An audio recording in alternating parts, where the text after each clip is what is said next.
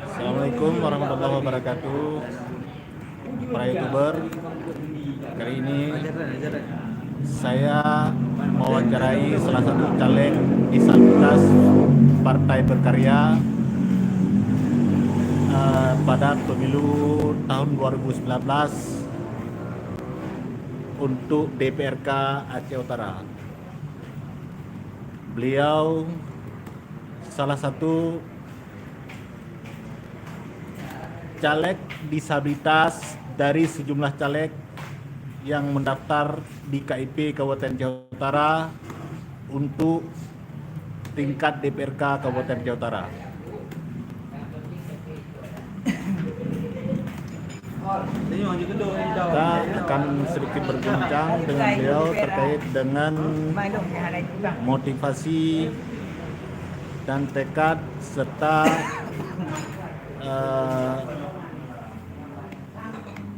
dasar daripada keinginan beliau untuk menjadi DPRK Aceh Utara.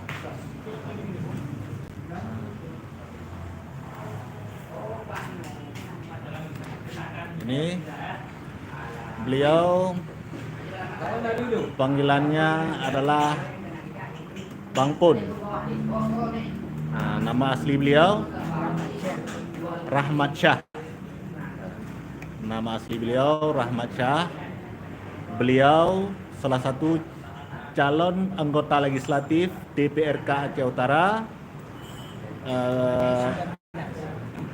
yang mendaftar melalui Partai Berkarya. Beliau adalah salah satu di antara semua caleg yang disabilitas. Kader terbaik dari Partai Berkarya yang mendaftarkan di DPRK Aceh Utara. Baik, kita akan menanyakan beberapa pertanyaan kepada Bang Pun. Yang pertama, atas dasar apa Bang Pun mempunyai minat untuk menjadi salah satu calon anggota legislatif di DPRK Aceh Utara? Baik, Bang Pun, silakan menjawab. Jadi saya mau daftar jadi caleg DPRK Aceh Utara. Keinginan saya adalah ingin membangun motivasi disabilitas dan harus ada perwakilan dari DPRK Aceh Utara untuk membangun generasi-generasi disabilitas yang ada di Aceh Utara.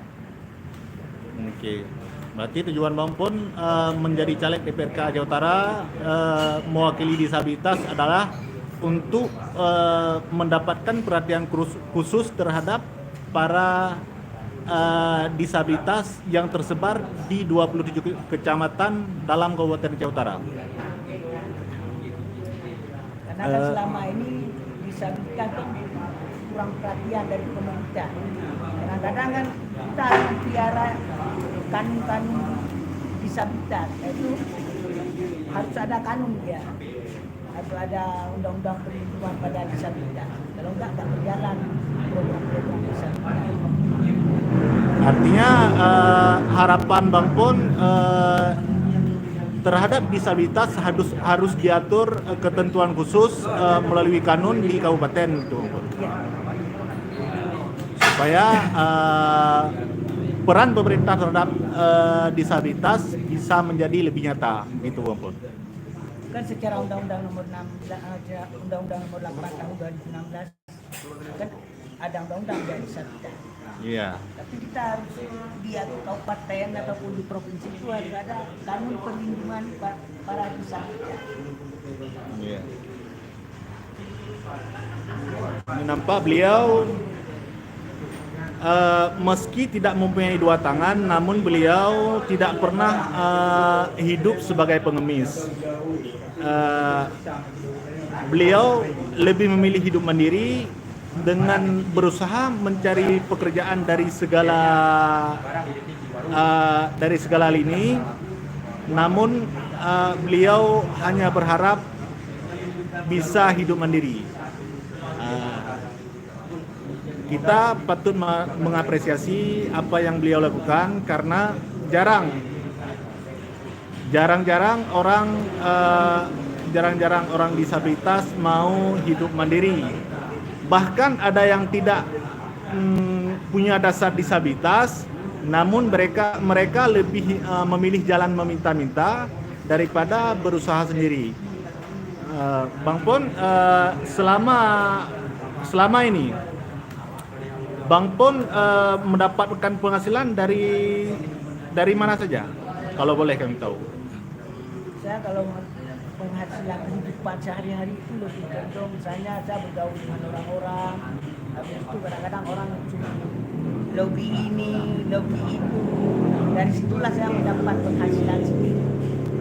Mungkin ibarat kalau kata pepatah kata ibarat rezeki hayo, kalau ada kalau enggak gitu aja. Misalnya lagi ikut tender, saya mendekati lagi-laginya, saya minta kegiatan yang bisa saya kerjakan. Karena kegiatan proyek itu kan bukan mesti harus orang sempurna fisik yang bekerja. Dan sesuai dengan ketentuan undang-undang kepada sesuai dengan undang-undang yang kita ikuti proyek. Artinya Bang Pon lebih mengutamakan mencari jalan walaupun jalan itu agak terjal, namun tetap berusaha untuk mendapatkan penghasilan meski posisi Bang Pon adalah disabilitas dengan posisi dua tangan yang kekurangan, bisa dikatakan begitu Bang Pon. Ini Bang Pon merupakan salah satu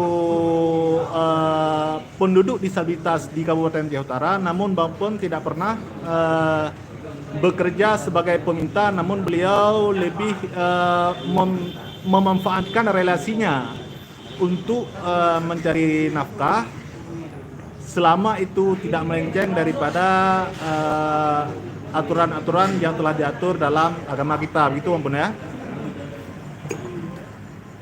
Saya dulu kan ada beberapa lembaga yang saya bangun untuk yang pemerintah mau membina orang disabilitas. Saya punya koperasi bekerja sama dengan Islamic Relief tahun 2006 sampai 2011.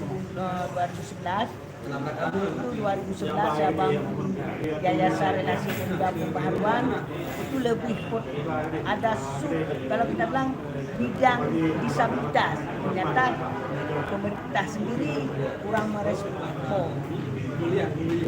Artinya pemerintah tidak begitu memperhatikan terhadap keberadaan disabilitas dalam masyarakat kita, betul.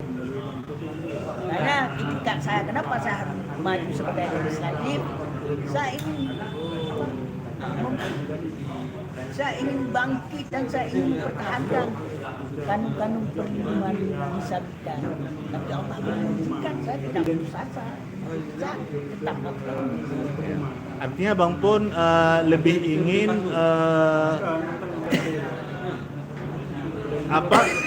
kekuatan hukum yang mengatur tentang disabilitas lebih punya kekuatan sehingga penduduk disabilitas diakui, diperhatikan secara khusus oleh pemerintah baik di tingkat kabupaten, provinsi maupun di tingkat nasional, gitu Bang Pon. Artinya selama ini pemerintah lebih kepada arah seakan-akan tidak begitu peduli terhadap penduduk disabilitas ya. Saya lihat ini menurut sudut pandang saya. Menurut sudut pandang saya, pemerintah mestinya harus cerdas dalam mengambil kebijakan. Misalnya kayak saya seorang disabilitas. Karena yang tahu tentang disabilitas ya orang disabilitas juga. Misalnya nih, coba dia ajak disabilitas yang punya pendidikan, yang punya relasi, yang punya lembaga, panggil. Apa yang bisa kamu bangun kepada disabilitas lain? Ternyata tidak ada. Kita menghadap. Ya nggak mau tumpah. Itu aja. Ya. Sekarang Bang Pun menetap di Nisam, di Kecamatan Nisam. Saya kelahiran Tingkem, Kecamatan Nisam, Kabupaten Aceh Utara. Saya sering ke Banda Aceh. Banda Aceh. Bukan menetap. Jadi artinya saya cari rezeki. Karena kalau di sini kita kan kalau kerjaan kayak ini kan harus ada relasi. Kalau enggak kan jadi. Sana kalau ada relasi kita ini ada ini. Ya udah, kamu ada dekat dengan siapa? Kita bisa nego-nego. Ya. Itulah yang kita butuh adalah relasi. Kenapa saya bangun yayasan relasi muda-muda? Iya. Adalah memang harus ada relasi.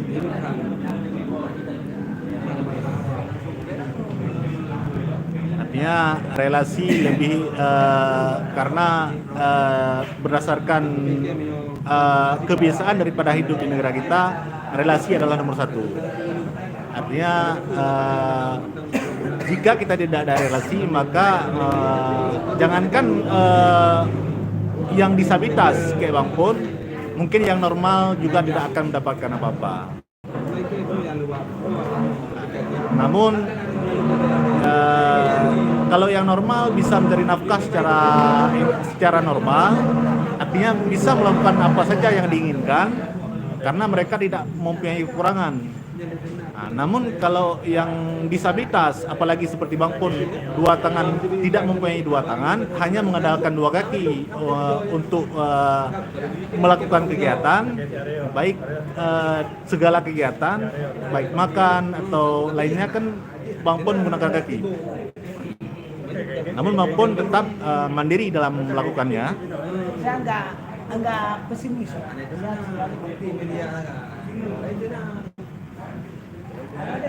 Ini Bang Pun lagi mengangkat telepon, dia menggunakan kakinya dan mulutnya untuk menggesek. Bisa kita lihat, beginilah kondisi beliau dengan tidak ada dua tangan, namun mengandalkan dua kaki, tapi beliau tidak pernah menjadi peminta-minta. Mungkin harapan kita kepada pemerintah ke depannya, penduduk disabilitas seperti Bang Pun bisa diutamakan supaya penduduk disabilitas bisa mendapatkan kehidupan yang layak dengan tidak menjadi peminta-minta.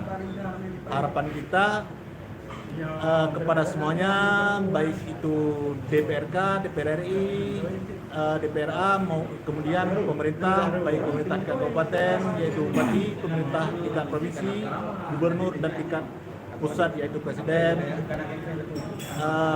mempunyai perhatian khusus terhadap orang-orang disabilitas, sebagaimana Bang Pun yang telah berusaha semaksimal mungkin, namun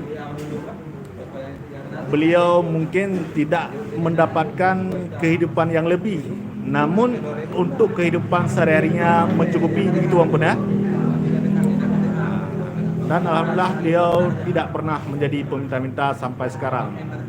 Beliau adalah kelahiran tahun 81 di Gampung Tingkem, Kecamatan Nisam, Kabupaten Aceh Utara. Nah, demikian untuk sementara, mungkin di lain kali kita akan berbincang-bincang lagi dengan Bang Pun. Terima kasih atas waktunya Bang Pun.